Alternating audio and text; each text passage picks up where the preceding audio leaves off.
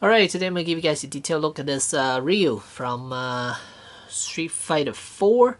This is the arcade edition by PlayArt Sky. Ryu, what's this down there? Street Fighter 4 Arcade Edition. And on the side of the box, you see a picture of Ryu shooting a fireball. Technically, he cannot do this. This is more of an illusion. I will show you guys what I meant later on. And on the back, I collect all figures in the series. 26 points of articulation. And here are a couple of poses that you could give them. And also available currently is Chun-Li. And let's take a look at the figure itself. Alright, and here's the figure outside of packaging.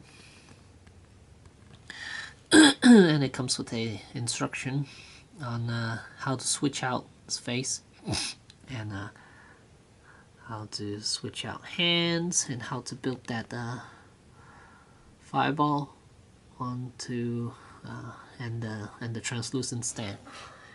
So accessory that it comes with, 2 open hands, 2 fists, the fireball, the alternate face, and the base, the translucent base. And here's how the figure looks from the front. From the side.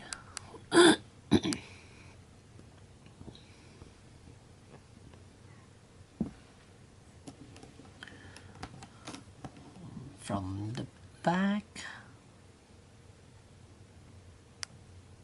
It's got a pretty skinny waist too.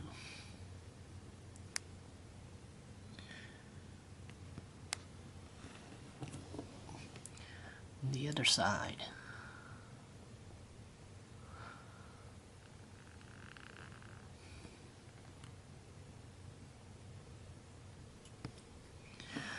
Alright, let's get a closer look at this head sculpt.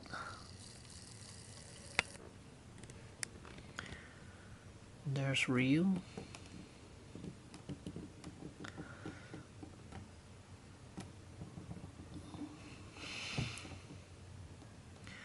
Good likeness.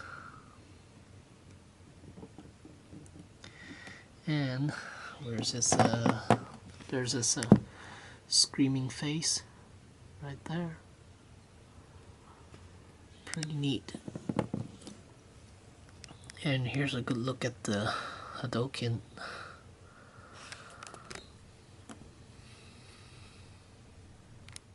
And here's the back side of it.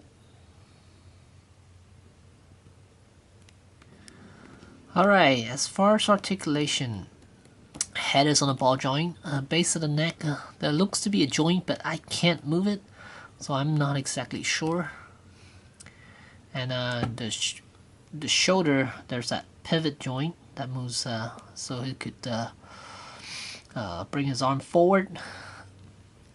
And then there's a ball hinge shoulder, then a swivel bicep, and then a ball hinge elbows. These are ratchet joints too. And then ball hinge wrist. Then chest, there's a ball joint. Waist, there's a ball joint. And then the hips are also ball jointed. And then there's a hidden swivel around the thigh area. And you guys already saw from the back, there's double jointed knees. Then ball hinge ankles. Alright, since this figure does not come with a stand, I'm using this Sideshow collectible waist clamping stands for this demonstration here. Now he's doing a uppercut. Let's see. Just a pose to show you guys what he looks like with all the articulation.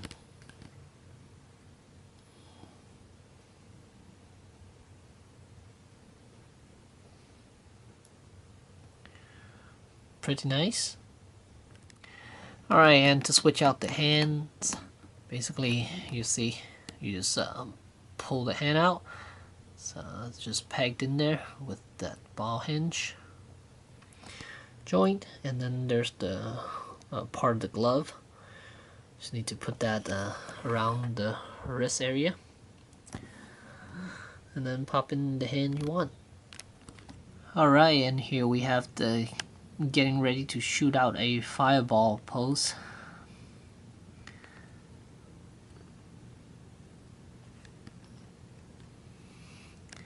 And the fact that this rope that he's wearing, it's made out of soft rubber, helps his arm to pivot forward. And I have to pivot this shoulder forward a little bit for that pose to happen. There he is, getting ready to shoot the fireball. And here's the actual shooting out the fireball pose.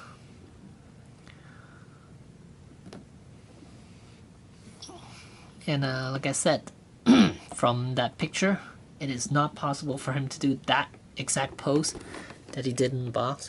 It's an illusion. If you look at it, the reason why they put him on a sideway pose is because those two hands, the two forearms, will not be able to touch the wrist. They cannot touch like that. That's why they did it on a sideway pose. So it looks to have the illusion of the hands close together, but in reality they are not. This is the closest you could get. I could recreate that pose for you just to show you guys. See, if you're looking at the figure sideways, you could see that it looks like he's shooting a fireball with both his hands pointing straight out, but in reality the hands are not touching together, because the shoulder pivot will not extend out further enough for the two hands to touch. But if you bend the elbows a little bit, you can get them into a very impressive pose that is shooting the fireball, and yet the hands are closer together, close enough that it looks natural from every angle. See? We get a picture of that. Alright, as far as the head, the face removal, basically you don't even need to remove you don't even need to take him out of the ball joint. All you need to do is slide out his face. And there's the back of it, and then just pop this one back on, because he can't shoot a fireball with his mouth closed, right? And there we go. Now he looks like he's shooting a fireball.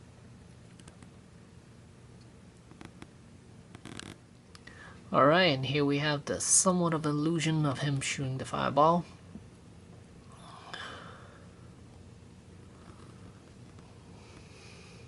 Pretty cool. Here's the fireball, there's the illusion, him shooting it. There we go. Pretty cool. And here we have the roundhouse kick. It's somewhat okay. Here it is. Very intense look.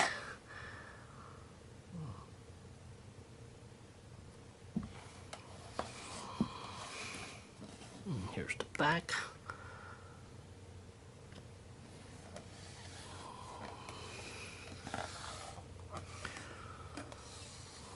Pretty cool. I am debating whether to get Chun-Li or not, because she does look very nice, very accurate to how she looked in the game. So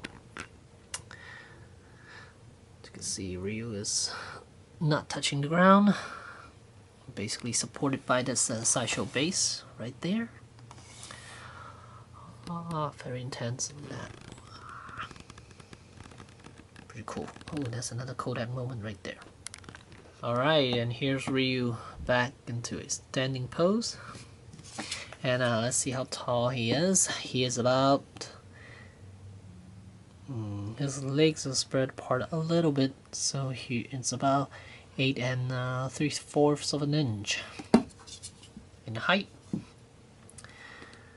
And this will cost you about 55, I think between 50 to 60 bucks, somewhere around there.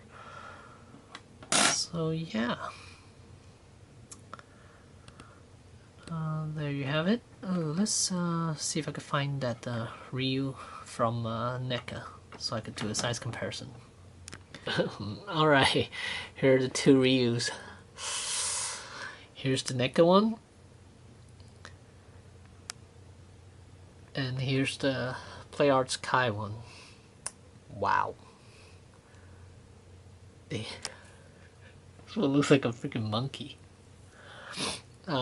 So yeah, there are the difference between the two. Wow. And granted that this costs a fraction of the price of this one.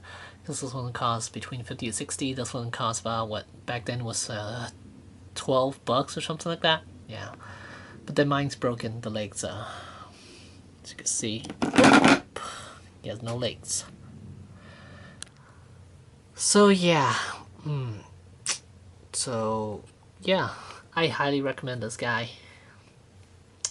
If you're a Street Fighter fan, I do plan on getting Akuma when it comes out, but Cammy I'm probably not gonna get, but I do kind of want to get Chun-Li as well too. So yeah, but yep, there it is, and there you go. Thanks for watching.